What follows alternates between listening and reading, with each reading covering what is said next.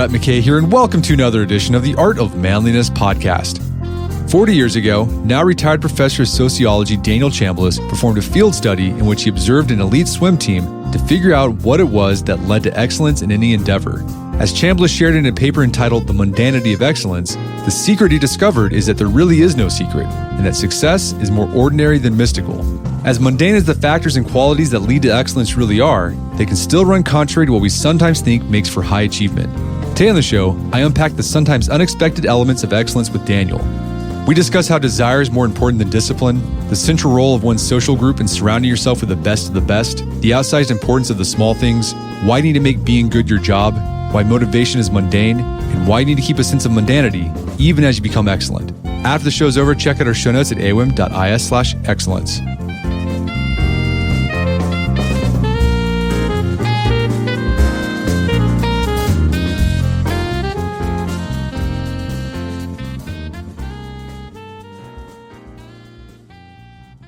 All right. Daniel Chambliss, welcome to the show. Thanks, Brett. Glad to be here. So you are a sociologist, and early in your career, you did a field study of Olympic swimmers to figure out what made excellent swimmers excellent. What was your interest in excellence, and why did you choose to study swimmers to crack that nut? Well, in my academic training, I'm a social psychologist of organizations, which means I'm interested in how people work in organizational settings and what produces high performance and leadership and morale and issues like that. So when I finished my PhD at Yale, I was looking around for another project, and this was 40 years ago, and the 1984 Olympics were going to be in Los Angeles. Now, I had been a competitive swimmer myself in high school. I was not particularly good, but I was really, really into the sport. Like, I just loved it and loved working out and wanted to do better and so on. And I did reasonably well in the local context, but I never made the national championships or anything like that. So I had always been curious why these other people, including people I knew, were doing so much better than I was. And it was always kind of a mystery. So when the LA Olympics came along, I thought, well, maybe I could go out to Southern California, which is where the best people were training, and watch them for a while and figure out what made them good. And so I did that. I lived in Southern California for a while. I lived with a couple of coaches who were working with what was at that point the best team in the world, really, and tried to understand why they were better. Plus, I was also coaching in the same period of time. I was coaching a little local team in upstate New York where I live, and we were lousy, frankly, and I was not a good coach. And again, it was kind of a mystery. I didn't know why, so I wanted to understand that. That's how I got into it. And the result of that, you wrote a book called Champions, and I picked up a copy, was able to find a used copy. Really great. And you talk about what you observed with these swimmers, with the coaches, and then it also ended up being a paper that you wrote, The Mundanity of Excellence. And we're going to talk about it. I want to dig into this because I think a lot of people, they want to be excellent in whatever they're doing. And as you said, sometimes it's a mystery. Like, why is it like, I feel like I'm doing the things that I should be doing, but why aren't I thriving the way I want? Yep. And one of the conclusions that you got from this study that you did for several years is that different levels of the sport of swimming are qualitatively different from each other.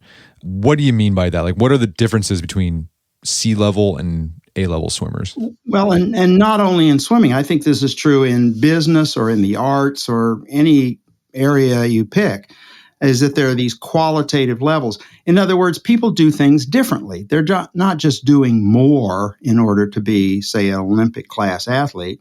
And it's not even that they're just working harder, although that is probably true, but their techniques are different. Their attitudes about the sport are different. Their goals are totally different. I mean, people training for the Olympics want to win Olympic medals. People at the local level where I was coaching initially, that never even occurred to them, obviously, I guess, to try to be that good or even to try to be very good in particular. They were there more, frankly, it was more like a babysitting service, to be honest about it, when I first started. And yeah, there was swimming involved and people kind of liked doing that, but they weren't going to put in anything like the effort needed to win a state championship, much less go to the Olympics. So, and I think that applies in all sorts of different areas of activity. First off, you got to want to do it. And so, the qualitative difference is a big thing you found, because I think a lot of people, when they think about how can I get better, they think, well, I just got to do more. They think about quantity. I just got to practice more. The 10,000 hour rule is what they think. Well, funny you should bring that up, because what's left out of that idea, which Malcolm Gladwell used, actually comes from a guy named Anders Ericsson, who I knew a little bit, passed away recently, actually. But Anders Ericsson found that, in fact, top-level performers in all sorts of areas had to spend at least 10,000 hours practicing before they could get to that level. 10 years is the way he originally framed it. And that's true, but what's left out when most people talk about it is it's not just the time. You have to pay attention during all those hours. It's deliberate practice is the phrase he used. That is, you have to really concentrate on what you're doing while you're practicing. That's unusual. A lot of people just go through the motions. Doesn't work. So you mentioned one of the things that makes elite level swimmers different from other swimmers in the field. Of course, elite level swimmers are very disciplined. They're more disciplined than, say, the rec league swimmer. Yes. But one of the surprising things you found in your study and your observation is that the discipline of elite swimmers, it doesn't seem to be the kind of white-knuckled type of discipline, like where they're gritting their teeth and they're hating it. How does the attitude between A-level swimmers and C-level swimmers differ? Yes. Well, I'll give you an example. One day when I was in California at Mission Viejo, this club I was studying, there were people on that team who were, there were 8 people who wound up winning Olympic gold medals. That's how good the team was. But one day we came into practice, and a group of, it was guys, it was all boys who did this, went out, late teenagers. They went out one day and swam 8 lengths. They raced 8 lengths of Lake Mission Viejo. That lake is a mile long.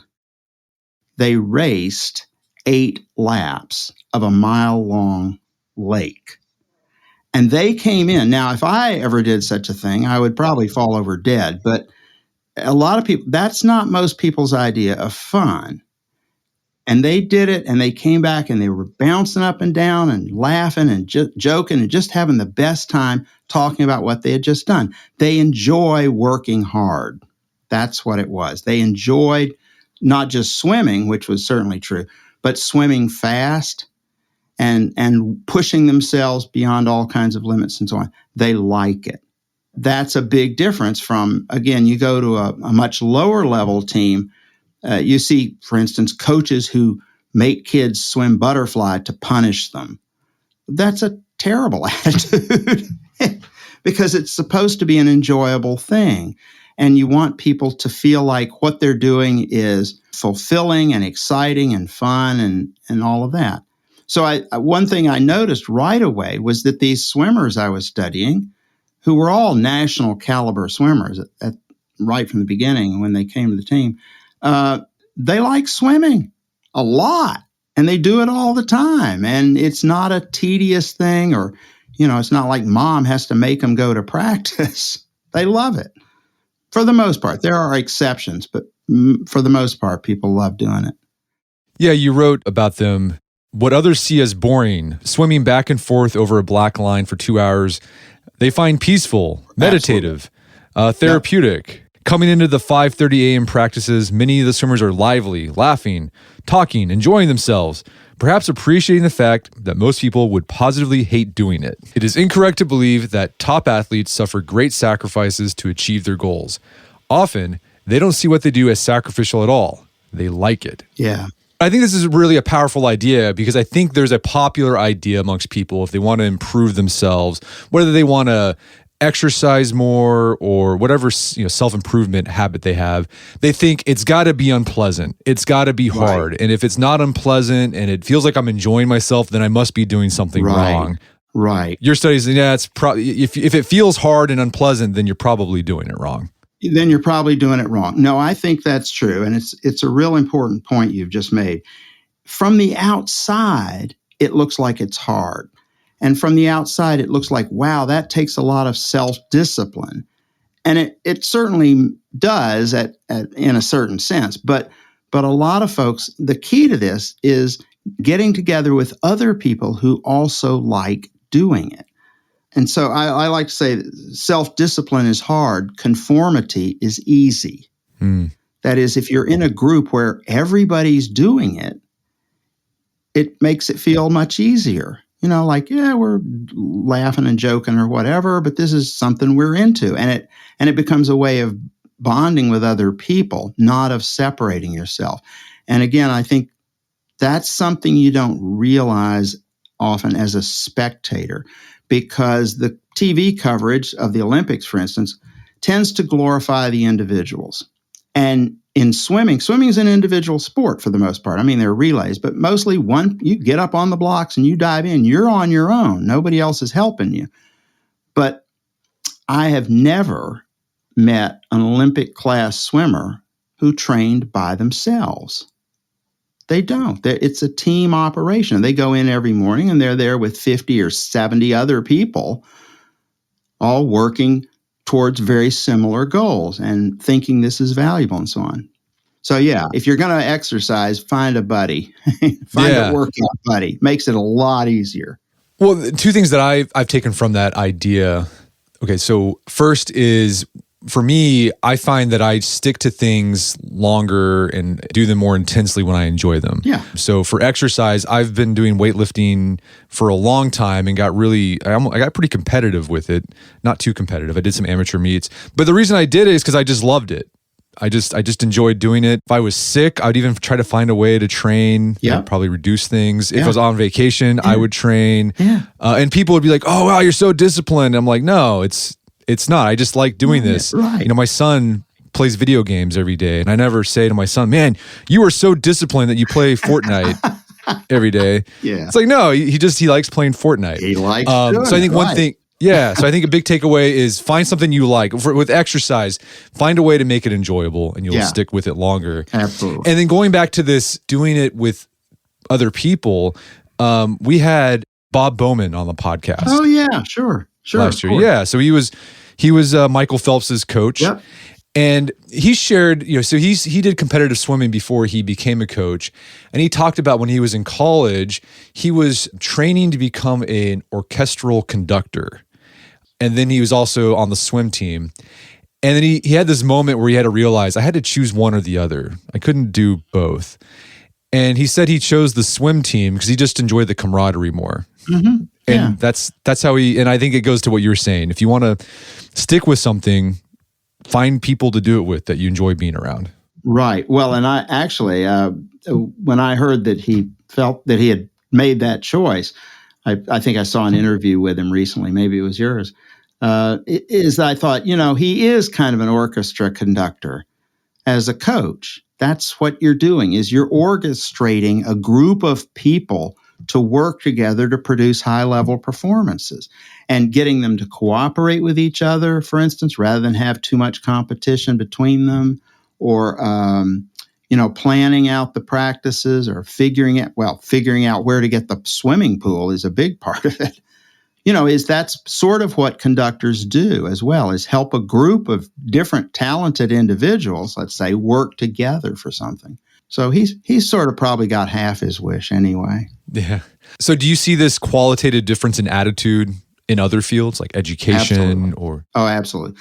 I mean, education's a great example because, take myself as an example. I grew up in a home where my parents were both readers. Like, my dad was just a voracious reader of anything, and we had a lot of books in the house, and that was something people did for fun. When I grew up, in our family, it was just a big thing. And my brother wound up being a newspaper editor, and another one was writing training manuals for the Army, and another was a bookstore owner. And, we're academic literate type people. And so when people talk to me about reading books, you like in school, that was nothing to me. It was just I thought that's just what people did all the time. So I tend to read a lot more than most people. It's not because I'm better in any way. It's just the way I grew up.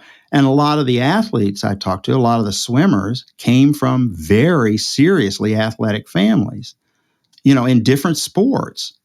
But they grew up in this frame of mind that sports is a good thing to do, and it's valuable and important and enjoyable, and there are methods you use for doing it and so on. Actually, different sort of example. People always say Mozart, oh, what a great musical genius and talent he was, Wolfgang Mozart. And yeah, that's true. But he also grew up in a family where his dad was a world-class composer and his sister was a world-class pianist. That makes it a lot more easy in a sense. I mean, you still have to work, but it gives you a big advantage if you grow up in an atmosphere where that's what people are doing. Well, speaking about this idea of attitude towards what you do to be successful, you wrote an op-ed for the Wall Street Journal a few years ago entitled, "Go Ahead, Drop My Course." And you talk about how you're actually happy when a student comes to you and says, "Hey, professor, I want to drop your course." Why is that? Well, it's not exactly that I'm happy about it, but I think it's a perfectly okay thing for them to do.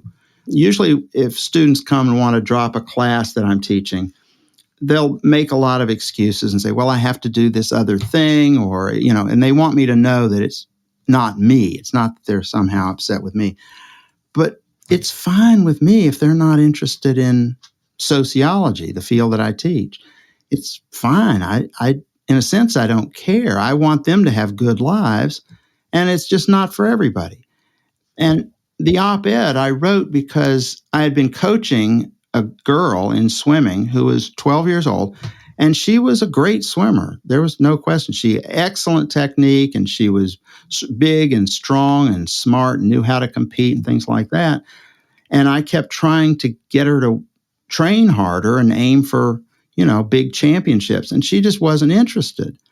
And so I didn't know what to do. And I called up a friend who has coached Olympians and told her the situation. He sort of laughed. He said, "You want this more than she does."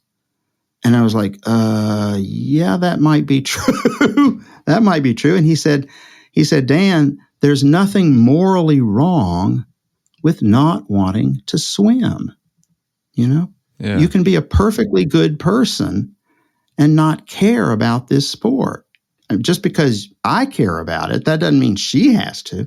And the same was true in school. A lot of people aren't interested in going to school, and that's fine. And they can live happy, productive lives and be good citizens and everything.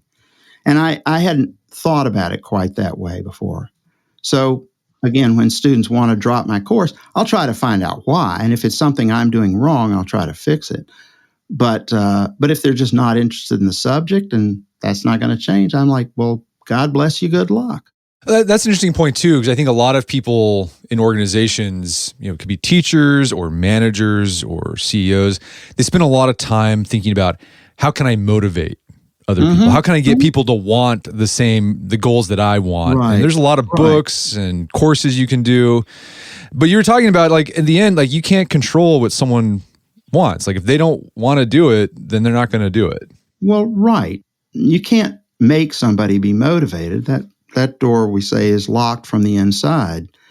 Now, having said that, I also think that there are frequently ways of motivating people that you just haven't thought about, because we all want different things. And some people, say, want to swim fast, right? And other people want to have friends, and other people want the coach to like them, and other people love the travel involved. And there are different elements of a sport or an activity of any sort that can appeal to people.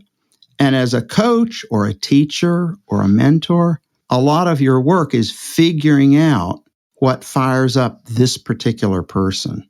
What are they looking for?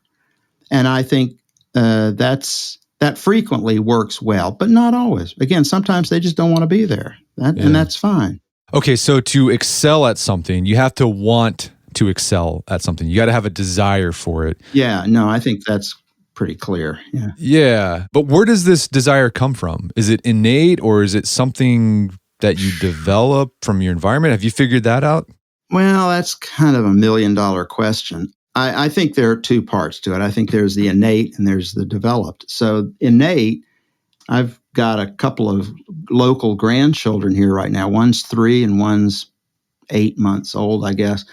And these two little boys, you can already see they have very different interests and different skills. And one of them is very adept with his fingers, and the other one isn't. And one's interested in music a lot, and the other one isn't real sure. And, there are a lot of innate differences between people. I don't think there's any doubt about that. And different innate abilities. If you're going to be a basketball player, it really does help to be tall.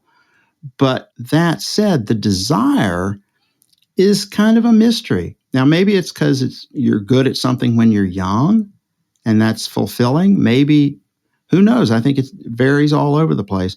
Although, again, I do think family and your immediate surroundings play a big role because they allow you to do things or don't. Like I said, I grew up in kind of an academic, bookish sort of family. And so doing well in school was approved, right? My parents thought that was they didn't care about my grades exactly, but they thought it was good to study and learn things and so on. And I had plenty of classmates who just didn't care about school. And that's fine too, but they're not likely to do well at it if their parents don't support it, And you need, in sports, you're a little kid, you need somebody to drive you to all those practices and pay for them and live in a place where it's available. Swimming pools are expensive. Yeah. Right? You've got to live in a neighborhood or a city or whatever, at least, that's got good swimming pools and be close enough in whatever way you can get to the thing. Yeah, I feel like a lot of desire is innate because I've seen the same thing with my own kids that you see with your grandkids. They got the same parents, but they've got very different personalities, different interests. So I think it's important as a parent to expose them to different things so they can find the things that they have a unique interest in, an intrinsic motivation to pursue and become excellent at. And then also, I think it help develop that desire, just putting yourself around people that have that desire too. Yeah. Like just being around friends. I think that's what happens. What I've noticed in my life is I see a friend doing something that they enjoy and they're excelling at. And I'm like, I want to do that too. It's this idea of mimetic desire. You observe people and you want to be like them. That's a good way to put it. Yeah. I'm curious, in your study of Olympic athletes, did you encounter anyone who they were training for the Olympics, but they didn't really want to? Maybe they'd fooled themselves into thinking they wanted it, but they actually didn't want it. Well, yes.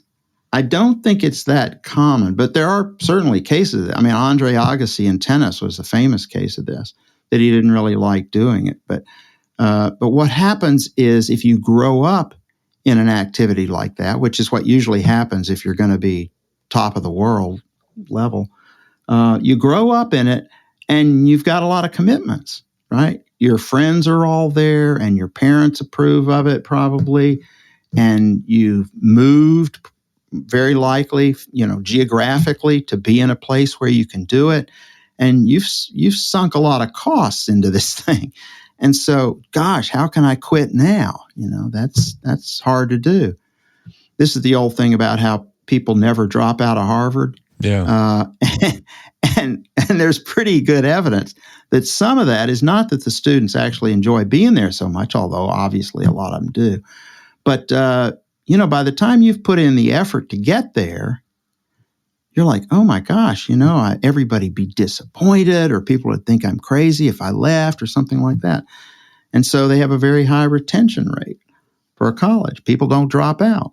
And some chunk of that is, again, because people have made commitments. So the same thing certainly operates in sports, is once you've spent, 10 years trying to become really good at something, or 20, it's going to be hard to leave. Yeah. Even if you're not really interested in anymore. We're going to take a quick break for a word from our sponsors. And now back to the show. So you've been talking about this social world that elite level swimmers find themselves in. So they're around other swimmers who are also really good. They enjoy being around them. But also in the book Champions, you talk about how the coach you follow, this guy named Mark Schubert, he created a social world at Mission Viejo that reinforced this idea of excellence. What did Mark Schubert do differently from other coaches? Well, he started out in Ohio.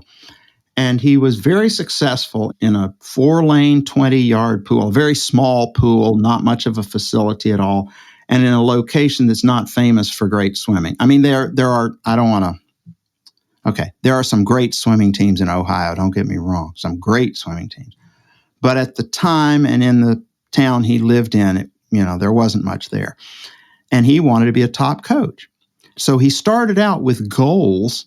He wanted to be a top-tier coach. He wanted to have the best program in the country, is what he said. And so what he did is he moved to California. He moved to Southern California, which was the mecca for top-notch swimming at that point.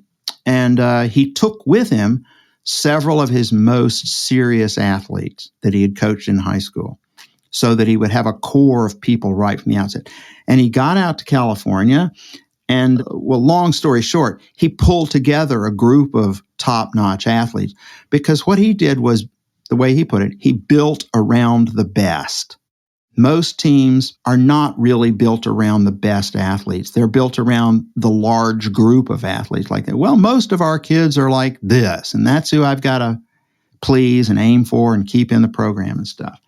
And Schubert, he built around the top athletes. He built a program that satisfied teenagers who wanted to win world championships.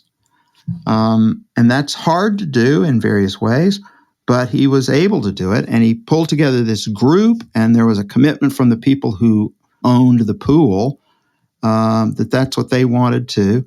And you get together the people, and you can do it. I imagine it can be hard to do, because building a team or an organization around the best, that requires excluding people, saying, no, you can't do it. Right.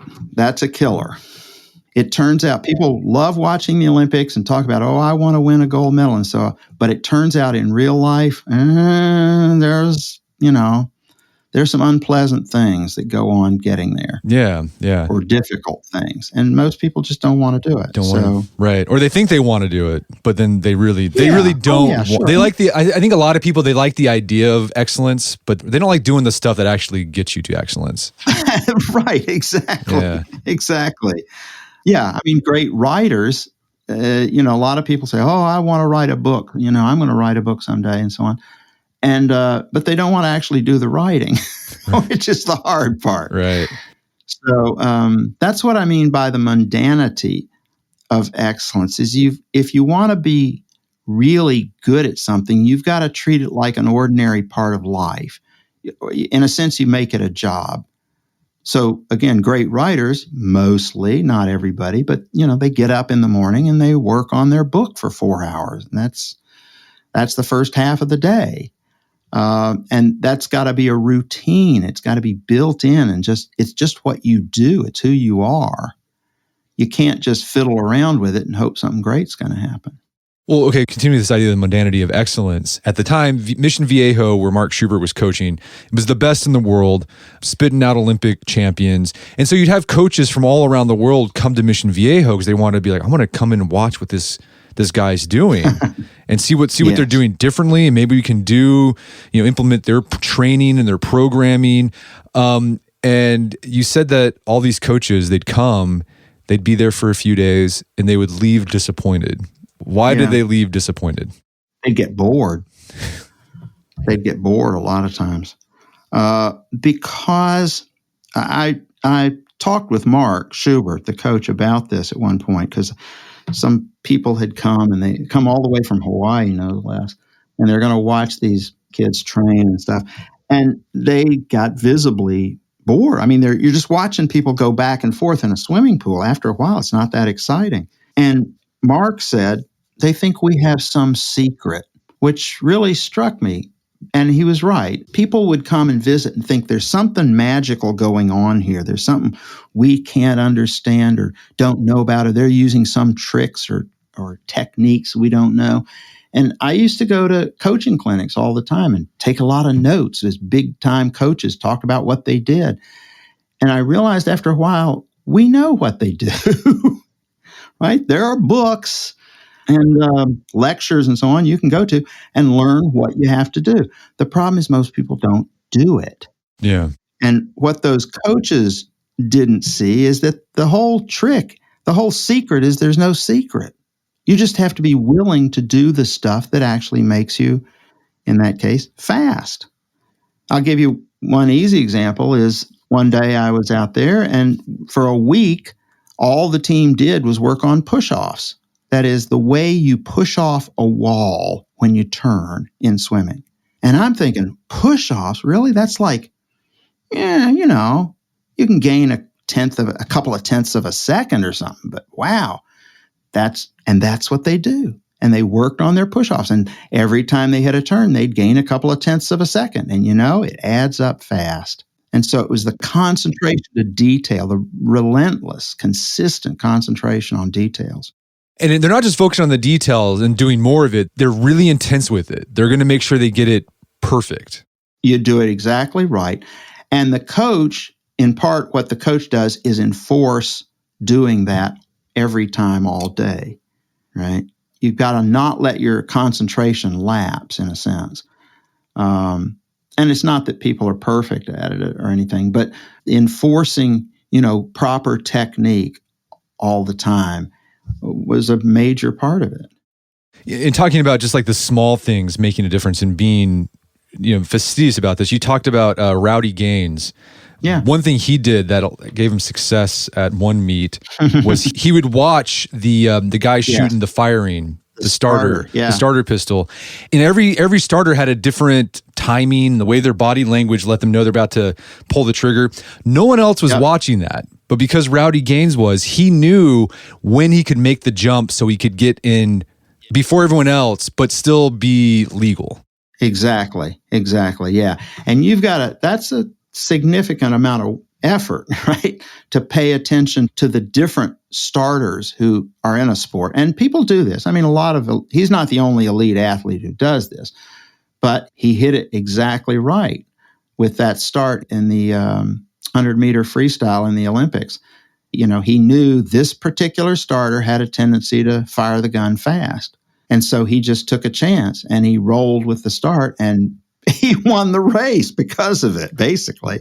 Something else you talk about is, and this goes back to what we were talking about earlier, you not only say that success or excellence is mundane, but that the motivation that leads to excellence is also mundane. What do you mean by that? How is motivation mundane? I mean that the motivation doesn't have to be huge, okay? Like to win an Olympic gold medal, in our example here, it's not like you have to have Olympic-size motivation. You need to get up and go to practice in the morning. You need to work hard on this thing or that thing. You need daily interest, not just at the 4-year span. So you need to want to pay attention to what you're doing. So a lot of that has to do with, again, the coaches and the people you're hanging around with, the people you're training with, having friends who are working on the same sorts of things, obviously, is big. Motivation can work at a very small level. I think of, So when I was a kid and I was swimming, there were different pools, right? And I could name for you half a dozen different pools I swam in, I trained in, with teams, really working out. And one of them in particular was kind of grungy and not well kept, and they had way too much chlorine in it, which was a problem in those days, and it burned your eyes, and it sort of smelled bad, and there was a draft.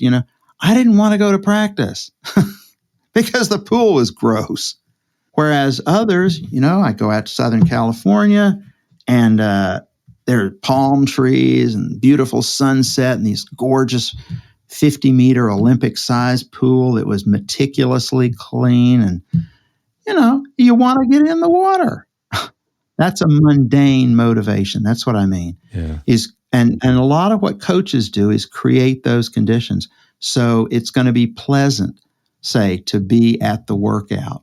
Or if it's not pleasant, that's for a real reason. They deliberately make certain things hard or something. But that's a different situation. So yeah, find ways to make it enjoyable on a daily basis on the short term. Absolutely. Absolutely. Oh, and if you're coaching children, you have to do this. You're not going to, you can tell them, wow, we could win the state championships. And maybe that gets them pumped up for a day or two. But really, they need the day-to-day situation to be good. I once asked a group of kids I was coaching, this was early in my career, they were talking about some teacher they liked in school. And I said, what makes him a good teacher? And they looked at each other and they said, he doesn't yell at us. And I'm like, that's it, right? It turned out a lot of teachers yell at kids, a lot of coaches yell at kids. And I thought, no, they don't like that. So stop yelling. So I stopped yelling and it worked. It was better. It's a little thing. The little things, right. And you also talk about not only is it important to, as you're training for success or trying to achieve excellence, keep your motivation mundane, keep the things that you do small and mundane. But you also talk about you have to maintain that mundanity even as you become excellent. What do you mean by that?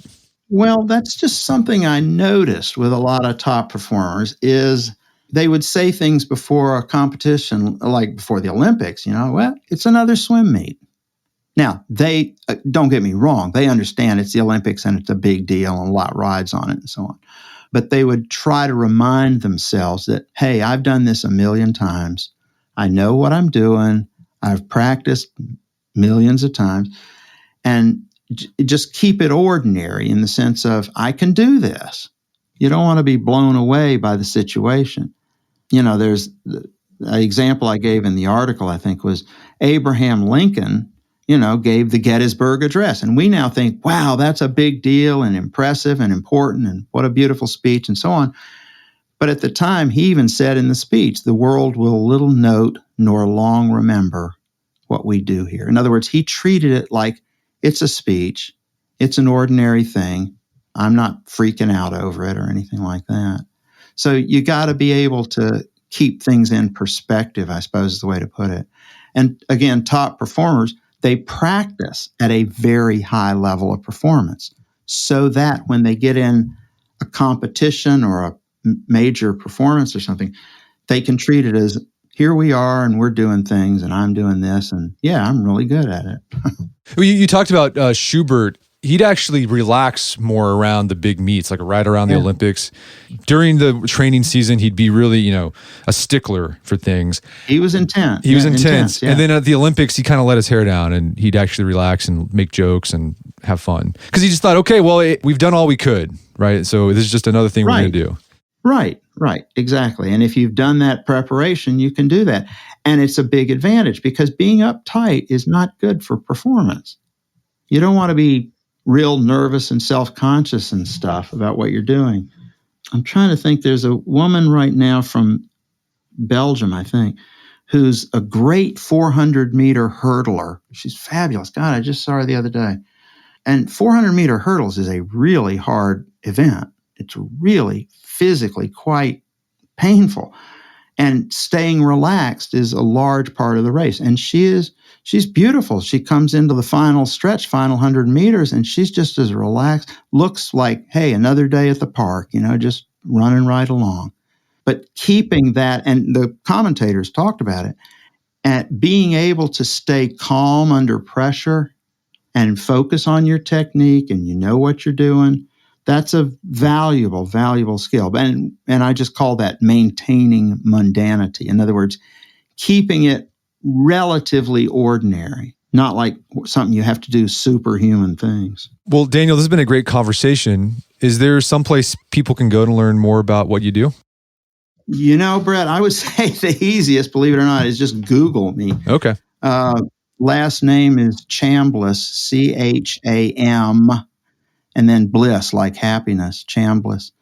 Dan Chambliss. or Hamilton College website. I think I've got a page on there that I retired 2 years ago, so I don't know how up to date it is. But I like Google. Okay, and sounds I'm on good. there. And I've written several books, and they're on different topics. One's about hospitals, one's about higher education, but they really deal with a lot of these same themes. Right, the small things matter. Yeah, and the importance of being in a group that approves of what you're doing. Yeah. The role of social support in performance, things like that. And yes, paying attention to details. Well, Daniel Chambliss, thanks for your time. It's been a pleasure. Thank you, Brett. I've enjoyed it. My guest today was Daniel Chambliss. He's the author of several books, including the paper, The Mundanity of Excellence. Check out our show notes at aom.is/excellence, where you can find links to resources where we can delve deeper into this topic.